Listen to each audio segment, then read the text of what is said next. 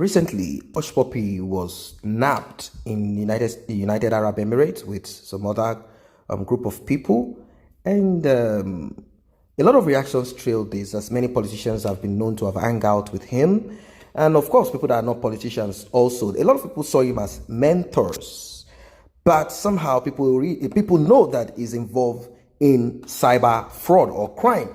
That is as a result of the way he does on Instagram. It's very clear when you see drag pushers, when you see them and when you see people that are involved in some of this crime, what they do, the way they position themselves on the internet tells you a lot about them. Aside the ones that probably their parents are rich and they got money from the oil well, let's say the ones in the United Arab Emirates, in many of those Gulf countries.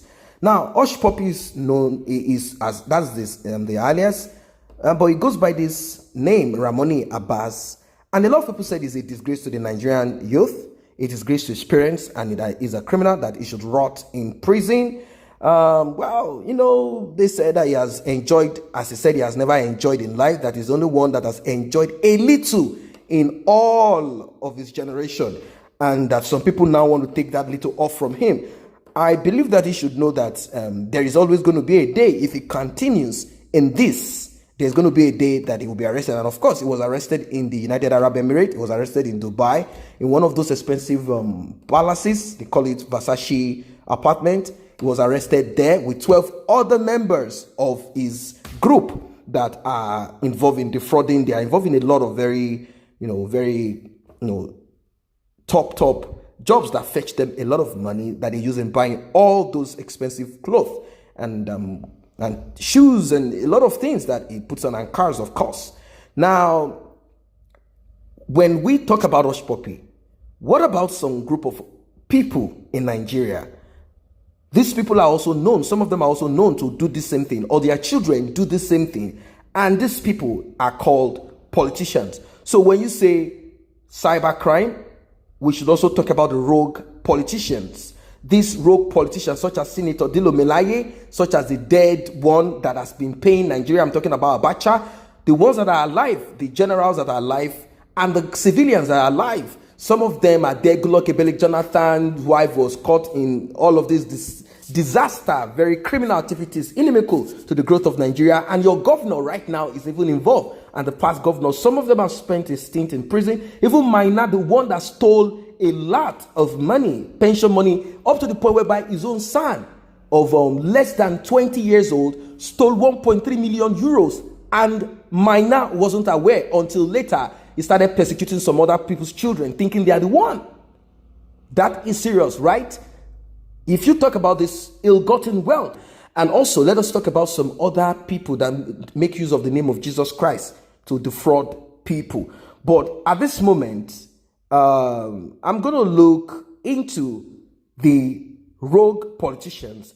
And when you look at the rogue politicians, I believe that HUSHPUPI is a baby. And this is also something that came from Y0U Showore, former presidential aspirant. He said that the crime of HUSHPUPI is a baby crime compared to what politicians have been involved in. Those ones using pen to steal, like the governor, ex-governor of Abia State, and many of them, how they stole and defrauded the people in their states.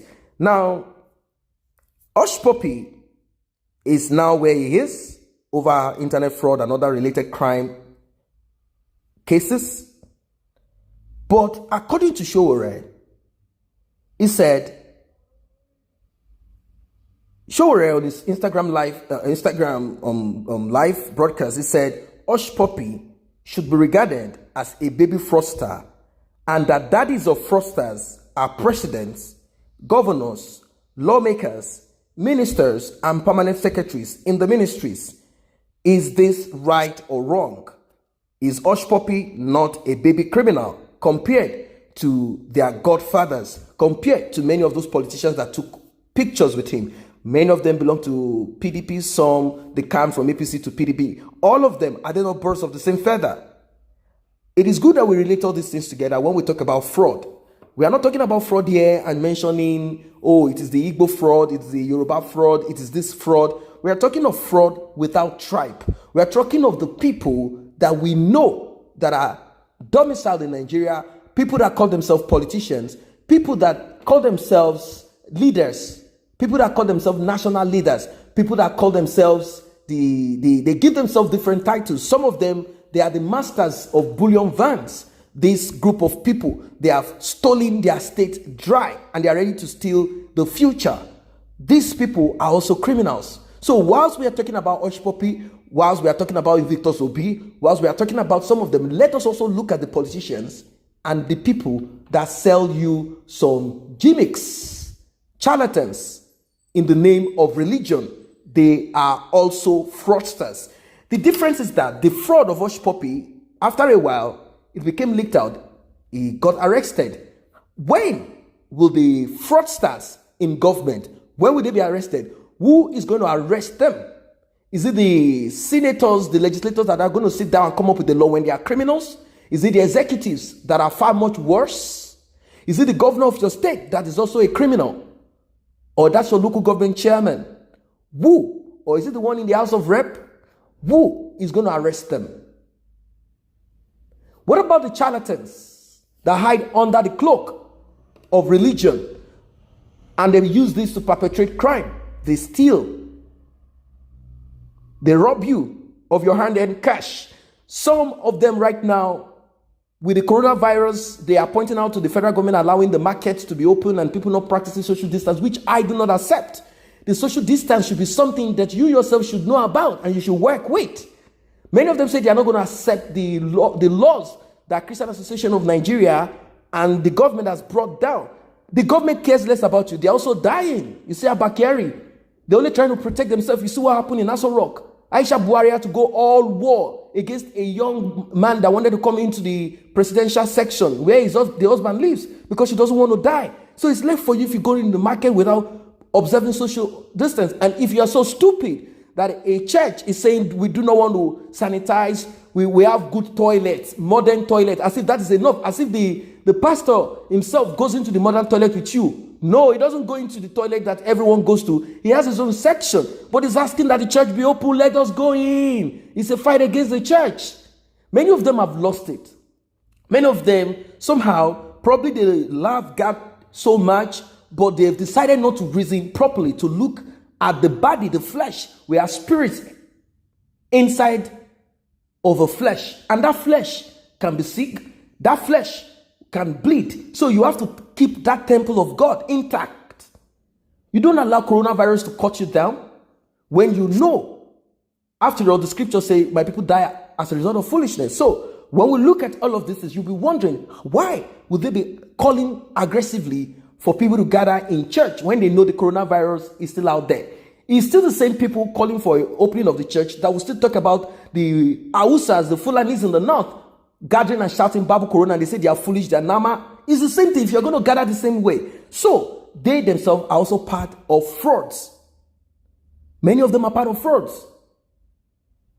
The same with the politicians. They come, they lie to you, they say a lot of things, they get in there, they steal from you.